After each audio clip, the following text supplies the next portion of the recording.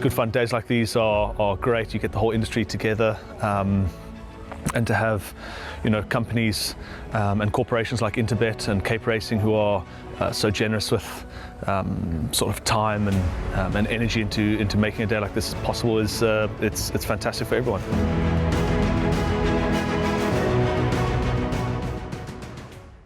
Race number 4, the start of the Pick 6, the big one, the big bet that we all want to catch, and it gets underway at 1:30 on Saturday afternoon. 1400 meters the distance.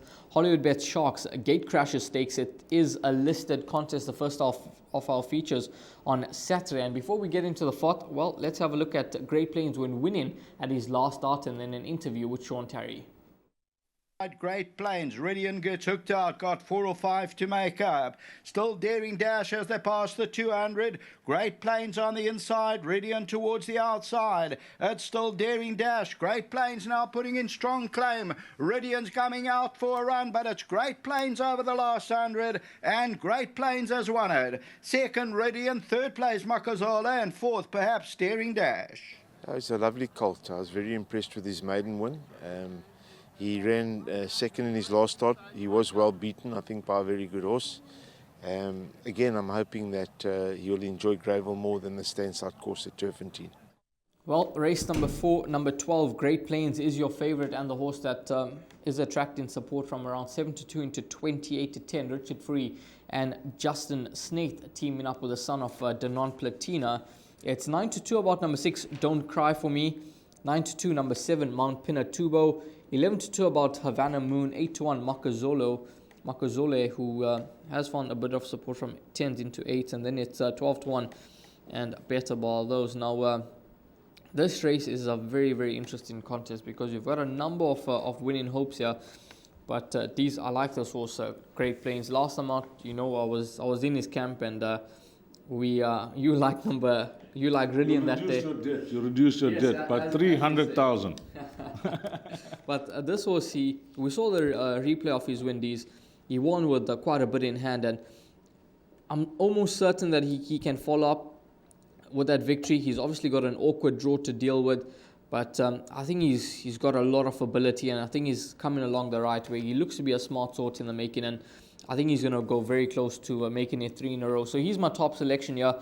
But I do have healthy respect for the stablemate, number 10, Makazole, who was finishing off his race quite nicely last time out. He doesn't have the best of draws, but I think he could get involved as well. And then looking at the balance of the runners, well, this horse, number 4, Wahid, he does stand out to me because last time I watched his run, and I know he only beat Gold Agent, but this horse, 1,200 meters just seemed to be too sharp for him. And I think the step up in trip from a 4 draw, I think Hollywoodbets Greyville may just suit him. And if you are looking for a result at 14-1 in the market, this is a horse that I'll throw into the player because I think there's more to come from the son of Time Thief, and I think he could run a nice race. But I'm strong in the camp of number 12, Great Plains.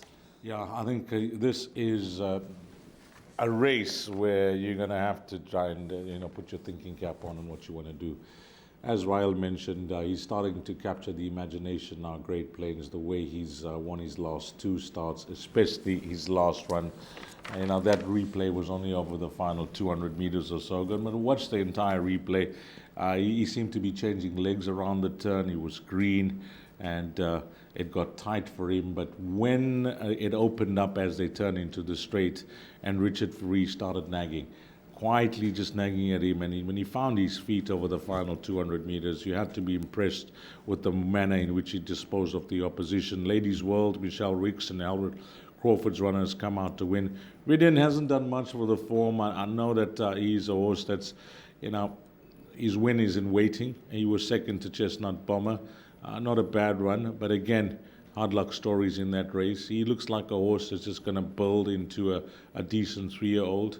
But number 12, Great Plains, I think, Ryle was confident last time out. He's confident this time round. It's just a draw, but, Richard Free, the way he's going, and that record now in sight. It may even be broken by the time the show is recorded. Who knows?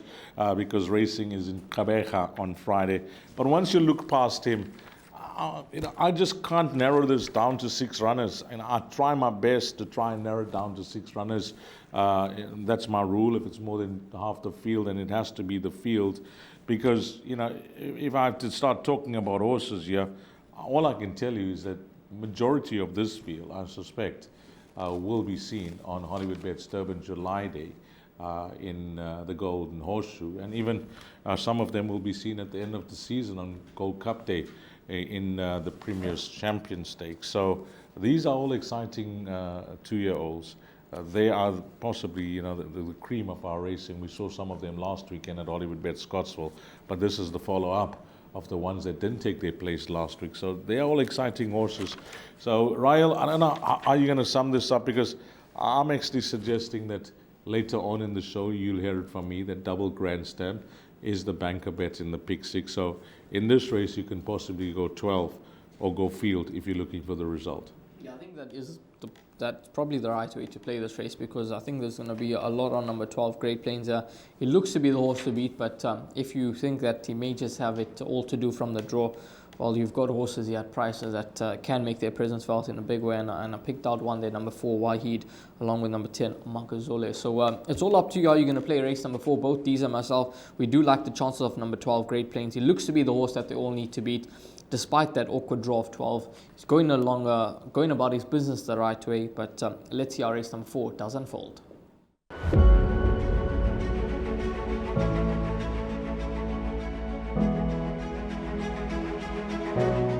It's Donovan Everett from Cape Racing, and I'd just like to say it's an absolute pleasure to be involved with Intrabet and Cape Breeders in this golf day today here at Pearl Valley.